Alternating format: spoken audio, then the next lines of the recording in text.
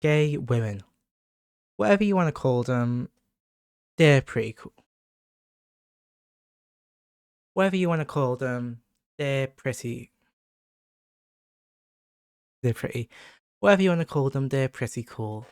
However, whatever you want to call them, they're pretty cool. And another thing that's cool is fiction. Mainly, and another thing that's cool is fiction. Mainly fiction, which includes these.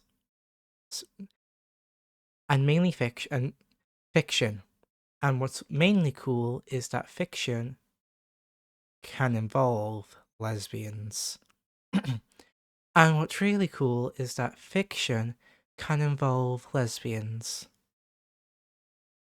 So right now I have a list of ships. We're gonna go through them and we'll get on with it. Let's get on with it because we got lesbians to look at. Woo! Lesbians, woo! Oh, I'm shit at this. What am I doing with my life? I need to have a word with myself. Genuinely, what the Okay, we have 155 images. So I'm guessing this is 155 ships.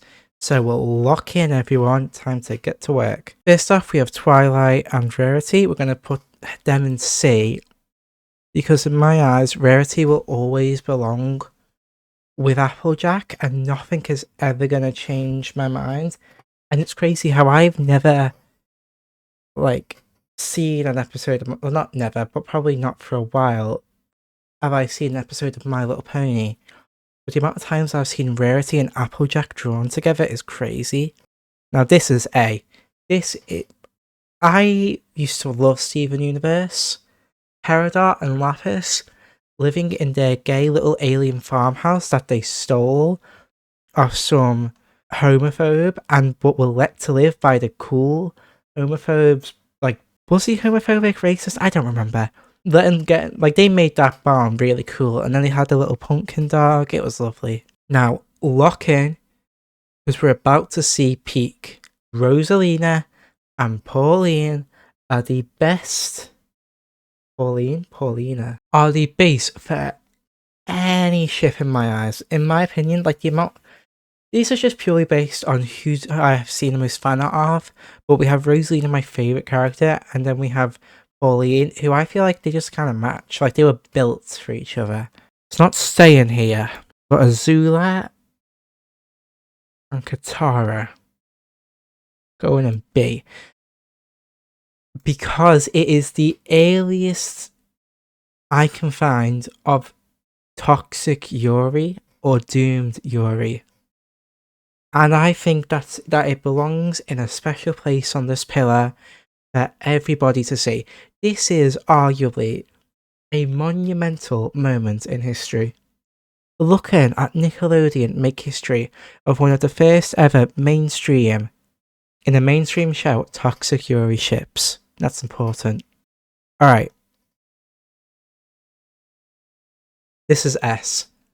I feel like Miss Kobayashi's Dragon Maid is such. I haven't seen it in ages, by the way, so if it's in late season 1 or whatever, there's a really weird scene and it's cancelled. I don't know. So I'm sorry. My formal apology will be sent by carrier pigeon. But from what I remember, this was just really sweet and wholesome, and they even kind of adopt the girl together. And then I just find that kind of dynamic very sweet. Charlie and Vaggie basically goes here. Charlie and Vaggie, Has-Been Hotel Season 2 is genuinely so good.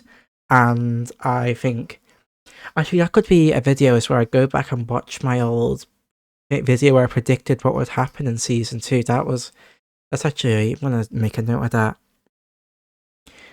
But yeah, just if you watch the show, you get it. And if you haven't watched the show, give it a go. Season 2 is a lot better than Season 1. Everywhere from the music to the acting to the story. I feel like it all just pushes it forward and makes it better and greater in every possible way. And it's also have Husk in it, voiced by one of the greats. And then we have the goats, Bubbly and If you haven't seen Fiona and Cake, the latest Adventure Time spin-off, you need to. It's brilliant. We have some really cute bubbly moments, and I love it. I just think it elevates these characters quite nicely, like just kind of seeing them living together and like their life after Adventure Time. Now, Pearl and Rose, we want to talk to these about Doom Jury. This is, I, the only thing that's the only reason I'm not putting it in S is strictly because they're not together. No matter how hard you want them to be, they are not together at any point. It is just Pearl being like a hopeless lesbian for Rose Quartz / spoiler alert, Pink Diamond. Though you haven't seen Steven Universe at this point, what you're doing. You know, I'm gonna put them top. I'm gonna put them there. I'm gonna put them C. I can kind of see it happening. Kind of like them handling like the stress of looking after Steven and Amethyst not really being like there most of the time. I can totally see it happening. Okay, we're gonna just do these at the same time. I'm not ranking them here. I'm just holding them here. Harmony and Ragatha. I know there's so much like want from the community, but I just don't see it. But I do think it'd be sweet, so I'm gonna just put it in C. And Gangle and Zubel, I'm arguably gonna be putting in S. Yeah, S. I feel like being trapped in like a scenario and finding love is literally like the Hunger Games story, and people go crazy for Peter. Is it Peter? That Josh guy and that other lady. Oh, Josh and Jen. We'll call them Josh and Jen. Go crazy for Josh and Jen. Okay, next up we got Kadora. Kadora? Katra and Adora from She-Ra and the Princess of Power immediately goes into S. Now the pure reasoning is it is 5 seasons of like 4 or 5 seasons, I forget how they split it up, of them being at odds. And we only get to see a sliver of them being in like an actual relationship and caring about each other. And now some could argue those 4 seasons helped build kind of what became of them. However, personally, I'd argue it just left me wanting more time with them before the series was cut short. So that's why they're only in S, which is still pretty good and not peak. There it is. I'm absolutely blind. Uraka and Toga go straight to S. This is Doom Jury gone to its absolute best. This is the Picasso, this is the Mona Lisa of Doom Jury. I don't think there will ever be anyone to do it better or come close. And that might be controversial. Personally, that's how I view it. As a die-hard My Hero Academia fan, I think I'm fully believe this. Kate Vi, peak, need I say more? Need I say more? It is... I don't think people understand the brilliance of this ship. Because what I like about it is that it's not like an end of season finale. You can see it growing from the second they lay eyes on each other to the little smile and walk Vi does when she realizes, or Vi, sorry, Vi does when she realizes Kate also like girls.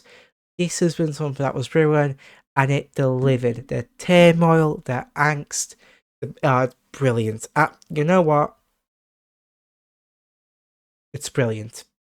I don't think we're going to find a better ship on this list. I need to watch more stuff. I don't know who that is. That's Korra and Asami. That's peak.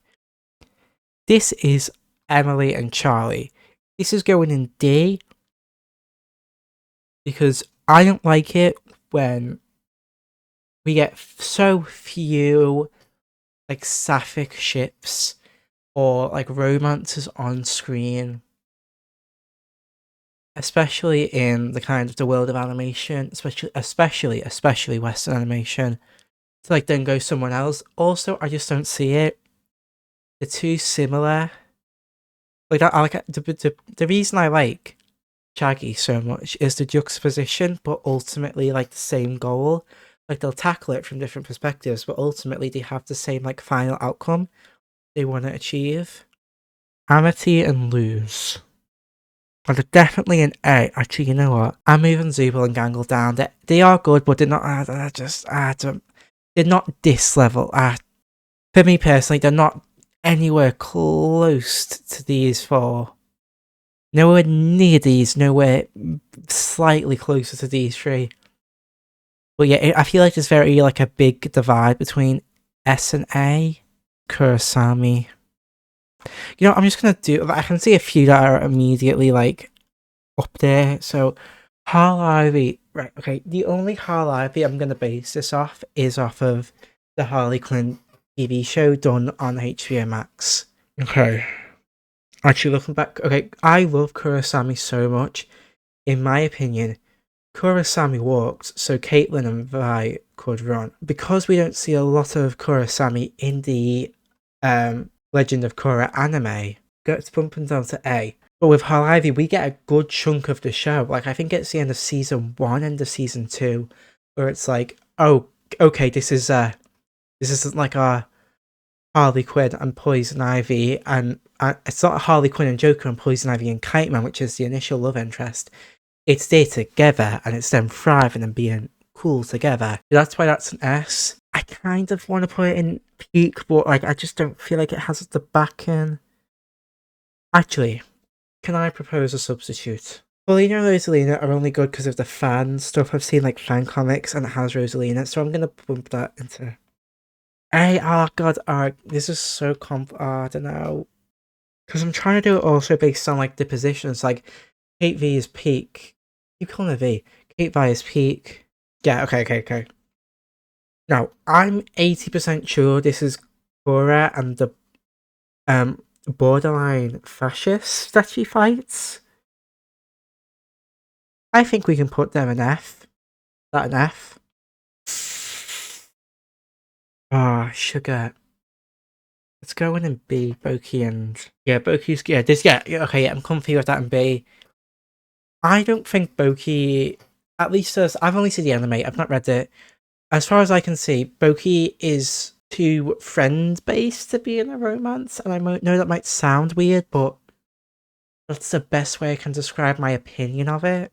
Glimmer and Adora is okay. Glimmer, Adora, Catra.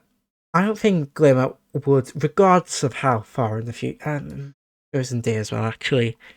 Because I can't have Jasper, Fascist, and then Glimmer, Catra, and Adora. That's too far. Scorpia and Catra, I feel like are in the same. I feel like because I know the ships, I'm like judging. Like I can't see Catra and Scorpia having like anything more than friends because I can't see Catra and Adora. I couldn't find them then. Catra and Adora without each other. Do you know what I mean? Raven and Starfire is okay. It's just Raven and Beast Boy and Starfire and Nightwing, or Robin in this case, is so ingrained as a DC fan that it's hard to view them with other people. I think these are the two presenters from Splatoon, and they can also go and see. I never really saw it, but I vibe with it. I can see the vision. Ruby and Sapphire S. If I like Steven Universe more, this would probably be peak. However, I want to regret the Chaggy placement now. Substitution, Lumity over Chaggy. Put Chaggy there. I don't know. I think this is Trace. No, it's not. Is that Tracer? Momojiro. Gonna say it. Best ship in all of My Hero. The only thing that comes close to it is maybe... No, the only ship that I think beats it is Eraser Mike. But yeah, as far as I'm concerned, my life is so hard. And this is Luna Loud and I think Sam, and like, in my opinion, having queer representation in a show like The Loud House, like they've done with Clyde's dads, and also Luna and Sam, is like brilliant, especially on a show on Nickelodeon. So purely for that, it's gonna go on B. Now, more Boku the Rock ships. I'm so sorry, by the way, if I'm not saying people's names. I do know the characters. I have watched the show. I'm so awful with names.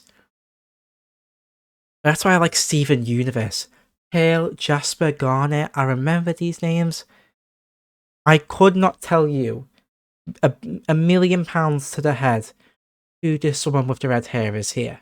But I do remember them. Anyway, Holy ship. I've just told the girls. That's pretty standard in most fandoms.